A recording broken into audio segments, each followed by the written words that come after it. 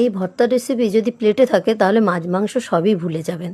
ভর্তা খেতে কারই না ভালো লাগে, আর তাও যদি হয় ওল ভর্তা। তো প্রথমে ওলগুলো ভালো করে ছিলে নিয়ে ধুয়ে ভাতে সিদ্ধ করতে দিয়ে দেব।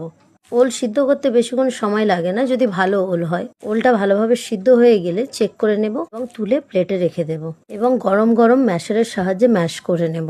ম্যাশারের সাহায্যে ভালো করে ম্যাশ করে নিয়ে একটি বড় পেঁয়াজ, কয়েক কোয়া রসুন আর শুকনো লঙ্কা নিয়ে নেব।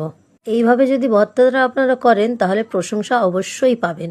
এরপর চুলায় একটা কড়া চড়িয়ে সর্ষের তেলে 3টে শুকনো লঙ্কা ভেজে নেব। আমি তেলটা একটু বেশি নিয়েছি যেহেতু ওই তেলেই ভর্তাটা করব। আলাদাভাবে কোনো কাঁচা তেল দেব না।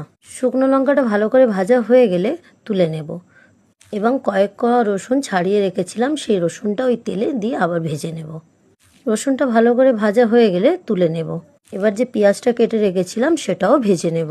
পেঁয়াজটা ভাজা ভাজা হয়ে গেলে সমস্ত কিছু তুলে নিয়ে স্বাদ মতো লবণ দিয়ে লঙ্কাটা ভালো করে গুঁড়ো করে নেব। লঙ্কাটা গুঁড়ো করা হয়ে গেলে রসুন এবং পেঁয়াজ ভালো করে মাখিয়ে নেব। ভর্তাতে রসুন দিলে এর স্বাদ দ্বিগুণ হয়ে যায়।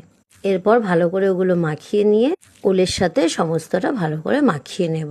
ভালো করে ওলটা মাখানো হয়ে গেলে সেই আগে থেকে পেঁয়াজ ভাজার তেলটা সেটা দিয়ে দেব।